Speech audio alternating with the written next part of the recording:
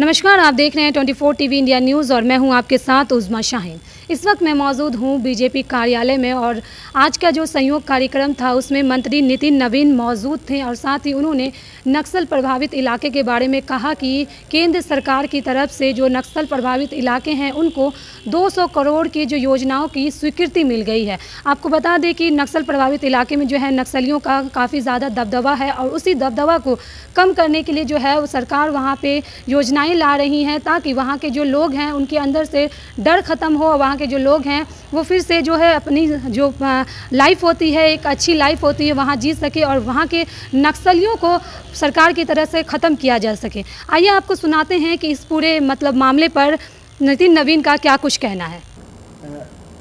जो हमारे नक्सल प्रभावित ज़िले हैं उसको केंद्र सरकार से 200 करोड़ की योजनाओं को स्वीकृति मिली है, जिसमें औरंगाबाद में करीब 86 किलोमीटर की 91 करोड़ की योजना स्वीकृत हुई है। गया में 40 किलोमीटर की 40 करोड़ की योजना स्वीकृत हुई है। वैसे ही बांका में 61 किलोमीटर की 72 करोड़ की योजना स्वीकृत हुई है। तो करीब 202 करोड़ की योजना को केंद्र सरकार ने नक्सल प्रभावित इलाकों के लिए मंजूरी किया है।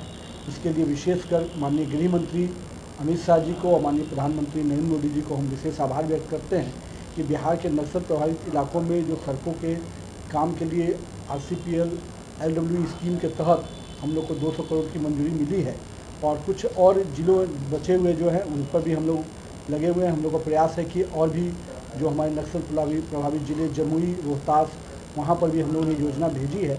उम्मीद है कि अगले 1-2 महीने में वहाँ पर भी हम लोग को स्वीकृति मिलेगी। वो स्टार प्रचार को ज़मीन का भाव पता नहीं है।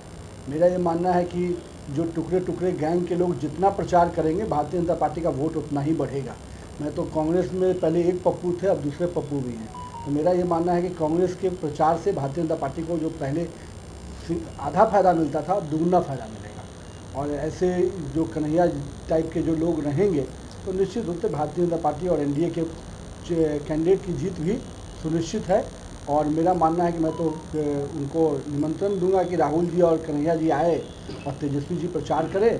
भारतीय जनता पार्टी और NDA का प्रचार उसी में हो जाएगा। CP सिंह ने कल कहा है कि सिंबल को लेकर के ठीक से प्रचार करना है, क्योंकि बीते दिनों जो देखा गया था कि कन्फ्यूजन हो गया था बीजेपी और लोजपा को लेकर के। क्या इस बार भी इस तरह का कोई कन्फ्यूजन है क्या? नहीं, कोई कन्फ्यूजन नहीं है। भारतीय जनता पार्टी और जदयू मिलकर वहाँ पर चुनाव लड़ रही है।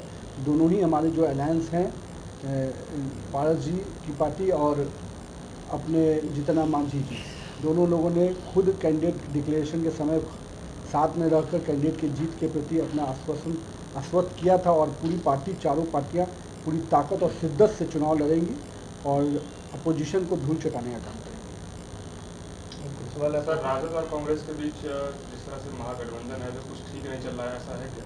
देखिए, मेरा तो मानना है कि ये नूरा कुश्ती लड़ रहे हैं, कहीं ना कहीं जनता में भ्रम फैलाने का प्रयास कर रहे हैं। और सबसे बड़ी बात है कि कांग्रेस हाशिए पे फिर से दिख रही है। जो पिछलग्गू के रूप में कांग्रेस शुरू से पिताजी के समय, लालू जी के समय में वही काम करती थी जो आज बेटे तेजस्वी यादव के समय में कर रही है। तो हमको तो लगता है कि कांग्रेस अपने अंतिम सांसें गिन रही है और अब उसी के क्रम में कैंडिडेट, जब पूरी जनमानस में स्पष्ट हो गया कि कांग्रेस कैंडिडेट नहीं दे रही है, तो अपनी इज्जत बचाने के लिए और प्रतिष्ठा बचाने के लिए पिछलग्गू की भूमिका में कांग्रेस ने प्रत्याशी दिया है, लेकिन उसका कोई असर चुनावी परिणाम पर नहीं होने जा रहा है। और मेरा मानना है कि महागठबंधन के जो टूट की बात हम लोग हमेशा करते हैं कि जो अति महत्वाकांक्षा में रहने वाले लोगों की गठबंधन है, तो वो फिर दिखेगा कि वो धूल चाटता हुआ नजर आएगा। NDA को दोनों सीट पर किस तरह जीत के रूप में देखते हैं?